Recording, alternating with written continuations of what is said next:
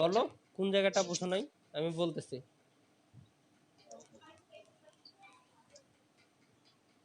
বুঝছি। আচ্ছা না বুঝলে তুমি বলো, সমস্যা নাই তো। কোন জায়গাটা বুঝো নাই সেটা বলো, আমি আবার বুঝাচ্ছি। একবার বলতেছো বুঝছো, একবার বলতেছো বুঝো নাই, তাহলে ফের কিভাবে হবে?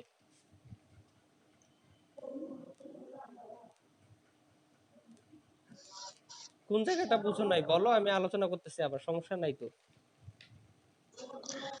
একটু দেখে নিলে বুঝে যাবো মনে হয়। তো কবে দেখবা, কবে বুঝবা? এখন যখন করাচ্ছি তখন সাথে সাথে দেখে বুঝতে পারতেছো না কেন?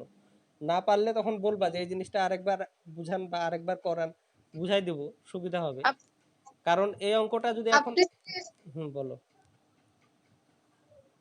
আপনি যে এগুলা করতেছেন এগুলা তো একটু করে বুঝতে পারতেছি, কিন্তু নিজে করতে গেলে একটাও করতে পারবো না।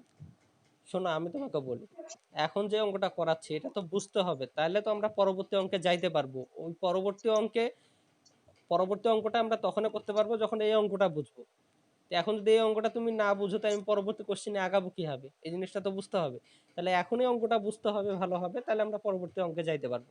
তুমি যেটা বলতেছো এখন হালকা বুঝে রাখে দেব, পরবর্তীতে তুমি দেখবা আবার, দেখে তখন বুঝবা, এটা তো এইভাবে তো আসলে সম্ভব না। মানে এইভাবে তো যদি পড়তে চাও, তাহলে এই অঙ্কটা না ভালো মতো বুঝার কারণে পরবর্তী অঙ্কগুলোও ঠিক মতো বুঝবা না। কি বুঝতে পারছো আমার কথাটা, না বুঝো নাই বলো দেখি? জি স্যার। তো এখন যেটা বুঝছি। পড়াচ্ছি সেটাই তোমাকে এখন বুঝতে হবে। না বুঝলে ওই জিনিসটা আবার বলবো, আমি আবার আলোচনা করব। এভাবে করতে হবে, ঠিক আছে? তুমি যদি এখন এই অঙ্কটা ছাড়া যাও, পরের অঙ্কটা তো আরো বুঝবে না। কারণ পরের অঙ্কটা তো এই কোশ্চেনটাতে লাগবে, মানে এই অঙ্কটা বুঝলে তুমি পরের অঙ্কটা পারবা। তো এখন যখন বুঝবা না, সাথে সাথে বলতে হবে যে এই জিনিসটা বুঝিনি, এটা আবার বোঝান। তো তোমরা যে বলো না কেন চুপ করে থাকো, এটা আসলে আমি বুঝি না। এটা এইভাবে তো ভালো করে পড়াশোনা করতে পারবা না। পরে তো প্রবলেম হবে, অঙ্কগুলা পরে একটাও পারবা না করতে গেলে। বুঝতে পারছো আমার কথা? তো যাই হোক, আমি পরবর্তী অঙ্কে যাচ্ছি। এখন পরবর্তী অঙ্ক দেখো, পরবর্তী অঙ্ক এই অঙ্কটার মতো সেম। 5-এর বি নাম্বারটা যেটা, সেটা হচ্ছে Y square equal to 4px পরাবৃত্তটি এই বিন্দু দিয়ে অতিক্রম করে, উপকেন্দ্রিক লম্বের দৈর্ঘ্য এবং উপকেন্দ্রের স্থানাঙ্ক বের করো। এর আগের কোশ্চেন যেটা ছিল 5-এর এ নাম্বার, 5-এর এ নাম্বার স্যার কোশ্চেন। কি বলো? উপকেন্দ্র কি? উপকেন্দ্র হচ্ছে আমাদের যে পরাবৃত্ত আছে,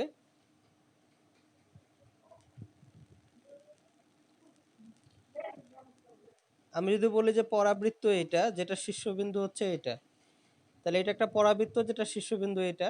আর উপকেন্দ্র হচ্ছে যে কোনো একটা নির্দিষ্ট বিন্দু, যেটা আমাদের পরাবৃত্তের সাইডে থাকবে, মানে পরাবৃত্তের শীর্ষবিন্দুর সাইডে থাকবে একটা নির্দিষ্ট বিন্দু। সেই নির্দিষ্ট বিন্দুটাকে আমরা বলতেছি উপকেন্দ্র, যেটার স্থানাঙ্ক হবে এ আর জিরো। যদি আমাদের পরাবৃত্তের সমীকরণ হয় এইটা, তাহলে আমাদের উপকেন্দ্রের স্থানাঙ্ক হবে এ আর জিরো। ঠিক আছে, অর্থাৎ আমাদের শীর্ষবিন্দুর স্থানাঙ্ক যদি 0 0 হয়, তাহলে পরাবৃত্তের উপকেন্দ্রের স্থানাঙ্ক হবে এ আর জিরো। অর্থাৎ এ থেকে এস পর্যন্ত যে দূরত্ব, এই দূরত্বটা আমাদের এ হবে। কি এখন কি বুঝছো নাকি বুঝো নাই? বুঝছি। আচ্ছা, তাহলে আমরা এখন কোশ্চেনে যাই। 5-এর বি নাম্বার কোশ্চেন, যেখানে আছে Y square equal to 4px, এই উপবৃত্তটা 3 - 2 বিন্দু দিয়ে যায়। এই পরাবৃত্তের উপকেন্দ্রিক লম্বের দৈর্ঘ্য আর হচ্ছে উপকেন্দ্রের স্থানাঙ্ক বের করতে হবে। তাহলে এখানে আমাদের এই পরাবৃত্ত যেটা, সেটার হচ্ছে একটা বিন্দু দিয়ে যায়, সেটা হচ্ছে 3 - 2। আর এই পরাবৃত্তের সাধারণ সমীকরণটা দেওয়া আছে Y square equal to 4px। ঠিক আছে, তো এখন যে বিষয়টা সেটা হচ্ছে,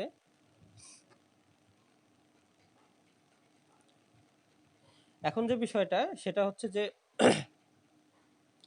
Y square equal to 4px, এই পরাবৃত্তটা 3 - 2 বিন্দু দিয়ে যায়। এই পরাবৃত্তের কিন্তু সমীকরণটা আমাদের ঠিক মতো দেয়া নাই। কারণ এখানে আছে কি Y square equal to 4px, কিন্তু এখান থেকে আমাদের যে বিষয়টা, আমাদের মান লাগবে এরকম ওয়াই স্কোয়ার ইকুয়াল টু মনে করো 16x, অথবা Y square equal two 100x, এই জাতীয়। তাহলে আমরা এর মানটা এখান থেকে বুঝতে পারবো। যেমন এই সমীকরণে এর মান হচ্ছে 4, কারণ এটাকে সাজানো যাবে 4 ইন্টু 4 ইন্টু এক্স। এই সমীকরণে এর মান হচ্ছে 25, 4 ইন্টু 25 ইন্টু এক্স, তাহলে 4ax। তো এখানে এর মান 25, এখানে এর মান 4, এই জিনিসগুলো আমরা বুঝতে পারতেছি। কিন্তু এখানে এর মান কত? এর মান কিন্তু পি, কিন্তু পি এর নির্দিষ্ট মান দেওয়া নাই। ঠিক আছে, এই জন্য আমরা কি করব, আমরা এই যে সরলরেখায় এই অঙ্কগুলা করছি, যে এই সরলরেখা যদি বিন্দুগামী হয় তাহলে এক্স ওয়াই এর জায়গায় মানগুলা বসাবো, এই সমীকরণটি সিদ্ধ করবে। সেম ভাবে এখানে দেওয়া আছে, এটা হচ্ছে পরাবৃত্তের সমীকরণ। আর এই 1 নং যে পরাবৃত্ত, এই 1 নং পরাবৃত্তটা প্রশ্নে বলা আছে যে হচ্ছে 3 - 2 বিন্দুগামী। তাহলে এই বিন্দু দিয়ে যায়, তাহলে এখন এক্স আর ওয়াই এর জায়গায় যদি এই মানগুলো আমরা বসাই তাহলে এই সমীকরণটাকে সিদ্ধ করবে। তাহলে ওয়াই এর জায়গায় কত বসাবো? -2। এখানে এক্স এর জায়গায় বসাবো 3। তাহলে এখান থেকে 12 p = 4 পাচ্ছি। তার মানে p = পাচ্ছি 1/3, মানে 4/12 মানে হচ্ছে 1/3। তাহলে এখন আমরা পাচ্ছি যে অতএব এখানে এখন p এর মানটা তাহলে বসায় দিই। তাহলে y² = 4 × 1/3 × x। এটা হচ্ছে আমাদের পরাবৃত্তের সাধারণ সমীকরণ। এখন আমাকে কি বলছে প্রশ্নে? এখন বলছে যে হচ্ছে উপকেন্দ্রিক লম্বের দৈর্ঘ্য বের করতে হবে আর উপকেন্দ্রের স্থানাঙ্ক। তাহলে উপকেন্দ্রের স্থানাঙ্কটা আগে বের করি। তাহলে উপকেন্দ্রের স্থানাঙ্ক হচ্ছে আমার কি, এখানে উপকেন্দ্র এটা, আর উপকেন্দ্রের স্থানাঙ্ক a0 হয়। ঠিক আছে, যেহেতু আমাদের শীর্ষবিন্দু এখানে 0 0, তাহলে উপকেন্দ্রের স্থানাঙ্ক a0, a বলতে এখানে 1/3, তাহলে উপকেন্দ্রের স্থানাঙ্ক হচ্ছে 1/3 আর 0।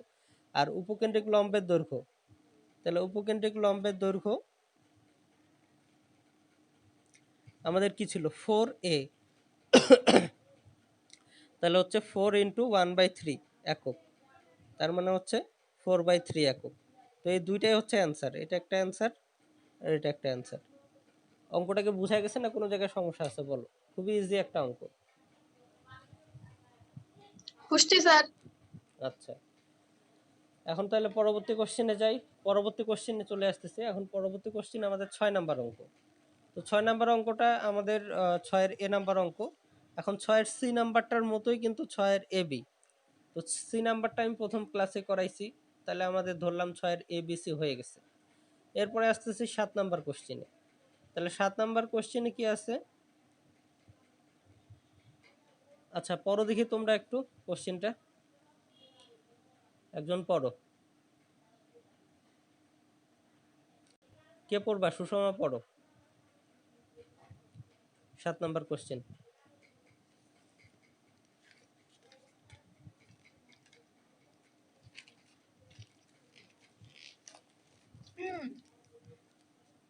y² = 12x পরাবৃত্তের উপর p একটি বিন্দু। x অক্ষ হতে p বিন্দুর দূরত্ব y অক্ষ হতে তার দূরত্বের দ্বিগুণ হলে p বিন্দুর স্থানাঙ্ক নির্ণয় করো। এটা পারবা করতে? আমি তো কোশ্চেনটা বললাম, এখন দেখি। দেখো, বাকিরা বলো দেখি, মায়া বলো দেখি, পারবা অঙ্কটা করতে?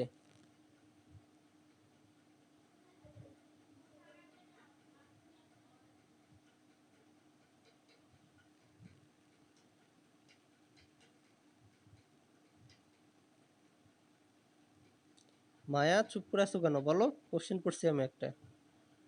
পারবা কি অঙ্কটা করতে?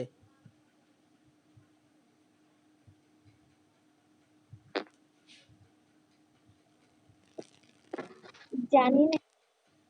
জানি না এগুলা কেন বলতেছো? এই অঙ্কটা তো সরলরেখা বৃত্ত চ্যাপ্টার যদি ভালো করে পড়ো, আমি তো পড়াইছি তোমাদেরকে, তো এই অঙ্কটা তো পারা কোনো ব্যাপারে না, যদি তোমরা সরলরেখা বৃত্ত চ্যাপ্টারগুলো ভালোভাবে পড়ে থাকো। কি পারবা কেউ? সোরিয়া, মায়া, সুষমা বলো, কেউ পারবা?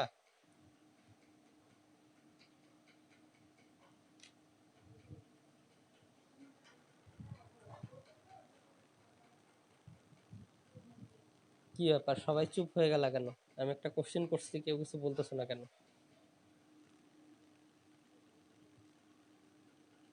পারলে বলো যে হ্যাঁ পারবা, না পারলে বলো যে না পারবো না, পারতেছি না। কিছু তো বলো, কিছু তো বলতে হবে। না পারলে বলো, আমি বুঝাচ্ছি বা করে দিচ্ছি। করে দেন। আচ্ছা, এখানে কি বলছে যে y² = 12x, এই পরাবৃত্তের উপর p একটা বিন্দু। এরপরে বলছে x অক্ষ হতে p বিন্দুর দূরত্ব y অক্ষ থেকে তার দূরত্বের দ্বিগুণ। তার মানে এক্স অক্ষ থেকে পি বিন্দুর যে দূরত্ব আর ওয়াই অক্ষ থেকে পি বিন্দুর যে দূরত্ব সেটার দ্বিগুণ হবে। ঠিক আছে, তাহলে এক্স অক্ষ থেকে পি বিন্দুর দূরত্ব এটা কত? এক্স অক্ষ থেকে পি বিন্দুর দূরত্ব এটা কত? মায়া বলো, এক্স অক্ষ থেকে পি বিন্দুর দূরত্ব এটা কত হবে?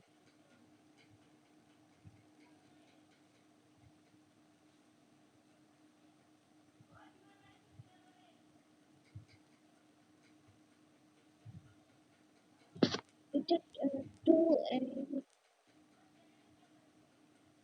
বলো।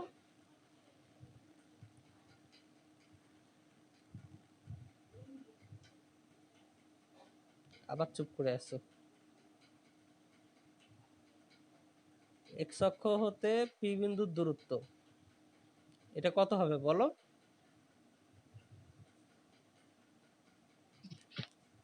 x a হবে না? না না, আমি তোমাকে বলছি যে এই বিন্দু থেকে এই বিন্দুর দূরত্ব, এই দূরত্বটা কত হবে? এক্স ইকুয়াল টু 2 তো এই রেখার সমীকরণ হয়ে গেল, কিন্তু এই রেখার সমীকরণ এক্স ইকুয়াল টু 2 কেন বলতেছো? এই রেখার সমীকরণ কি হবে? এই রেখার সমীকরণ আমি কিছুই জানি না। না, x a বললাম। হ্যাঁ, এক্স ইকুয়াল টু এ কেন বলতেছো? এটা তো ভুল হচ্ছে। এটা তো এক্স ইকুয়াল টু এ কখনোই হবে না। মানে তুমি কি জানো এটা এস? এটা তো জানো না। এস তো এটা হইতে পারে, হইতে পারে না?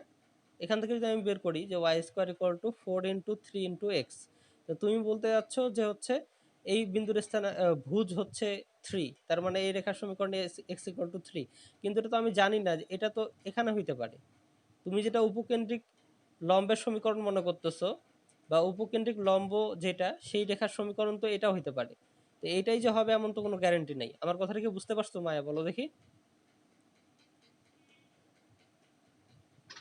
জি স্যার, বুঝছি।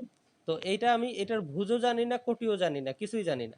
পি বিন্দুর স্থানাঙ্ক আমি জানি না, কিন্তু এখানে যেটা বলা আছে আমি যদি পি বিন্দুর স্থানাঙ্ককেও যদি বলি যে আলফা আর বিটা, তো এখন দেখো এখানে আমি বলতে পারি যে এক্স অক্ষ থেকে তার দূরত্ব হচ্ছে বিটা, এটা হচ্ছে ভুজ আর এটা হচ্ছে কোটি। তো আমাদের এক্স অক্ষ হতে পি বিন্দুর দূরত্বটা হচ্ছে তার কোটি। এই জিনিসগুলো আমি পড়াইছি সরলরেখা চ্যাপ্টারে, যে এক্স অক্ষ হতে কোনো বিন্দুর দূরত্ব হচ্ছে তার কোটি, আর ওয়াই অক্ষ থেকে ওই বিন্দুর দূরত্ব হবে তার ভুজ, এইটা। ঠিক আছে, ওয়াই অক্ষ থেকে ওই বিন্দুর দূরত্বটা কিন্তু এই যে এই দূরত্বটাই হবে। তো এখন যেটা আমাদের প্রশ্ন মতে যেটা বলছে, তো আমরা যদি ধরে নেই যে পি বিন্দুর স্থানাঙ্ক আলফা বিটা হবে, তাহলে প্রশ্ন মতে বলছে যে এক্স অক্ষ থেকে তার যে দূরত্ব এটা হচ্ছে ওয়াই অক্ষ থেকে তার দূরত্বের দ্বিগুণ হবে। ঠিক আছে, তাহলে এক্স অক্ষ থেকে তার দূরত্ব তার কোটি, এটা হবে ওয়াই অক্ষ থেকে তার যে দূরত্ব অর্থাৎ ভুজ এটার দ্বিগুণ হবে। অর্থাৎ আমাদের পি বিন্দুর স্থানাঙ্ক আমরা